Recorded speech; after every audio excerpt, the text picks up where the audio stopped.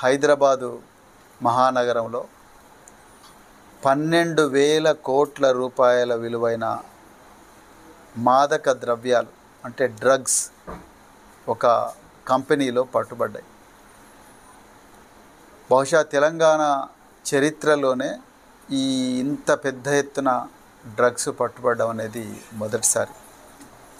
గత 7-8 సంవత్సరాల క్రితం గుజరాత్లో అదానీకి సంబంధించిన ఒక పోర్టులో 21,000 కోట్ల రూపాయల విలువైన డ్రగ్స్ పట్టుబడడం ఒక ఎత్తు అయితే, దాని తర్వాత తెలంగాణలో హైదరాబాదు మహానగరంలో 12,000 కోట్ల రూపాయల విలువైన డ్రగ్స్ ఎఫిడ్రిన్, మెఫిడ్రిన్ అనే 2 నిషేధించబడ్డ డ్రగ్స్ పట్టుబడ్డాయి.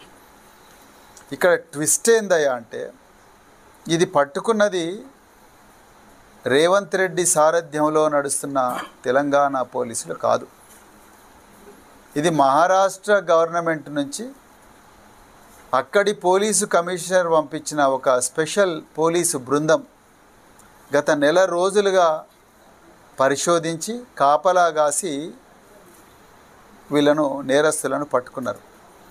ఇంకా విచిత్రమైన విషయం ఏంటంటే, ఈ నేరస్తులు గత 4 సంవత్సరాలుగా గత 4-5 సంవత్సరాలుగా ఒక కంపెనీ పెట్టి 4 నెలలుగా ఒక కంపెనీ పెట్టి ఆ కంపెనీలో ఈ డ్రగ్స్ అన్ని కూడా నడిపిస్తూ ఉన్నారనేది చాలా క్లియర్గా.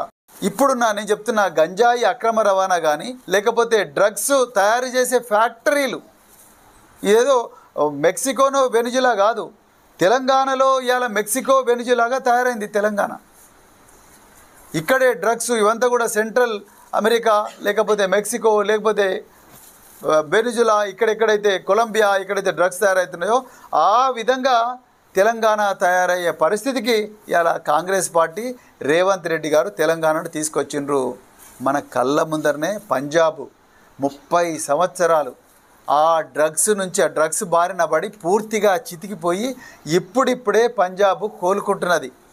తెలంగాణను మళ్ళీ పంజాబ్ లాగా చేయాలనుకుంటున్నారా రేవంత్ రెడ్డి గారు? మీరు ఎందుకు ఈ డ్రగ్స్ ఫ్యాక్టరీల మీద మీరు చర్య తీసుకోవడం లేదు? మీరు హోంమంత్రి కదా, మరి పోలీసు వాళ్ళందరినీ రివ్యూ చేయాలి కదా. 470% పెరిగినాయి కేసులు మీ హయాంలో. ఈ తెలంగాణలో 2024లో 3,181 కేసులు రిజిస్టర్ అయినాయి. 5,258 మంది అరెస్ట్ అయినరు. 18 మంది విదేశీయులు ఉన్నారు. ఇందులో 21,871 మాదక ద్రవ్యాలు ఇందులో సీజ్ అయినాయి.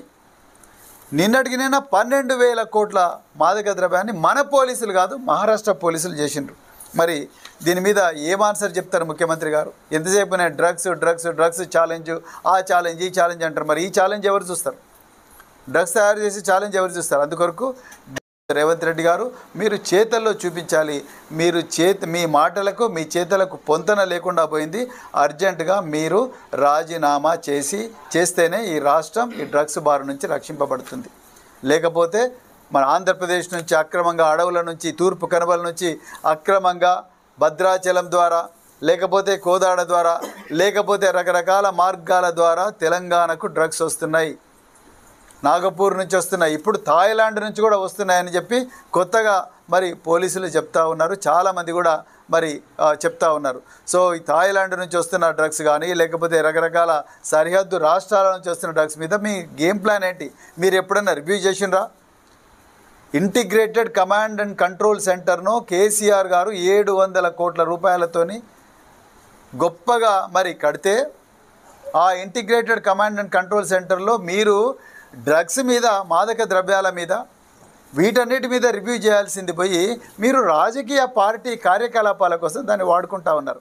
అసలైన తొలి వెలుగు. ఫాలో వాట్సాప్ @తొలి వెలుగు official.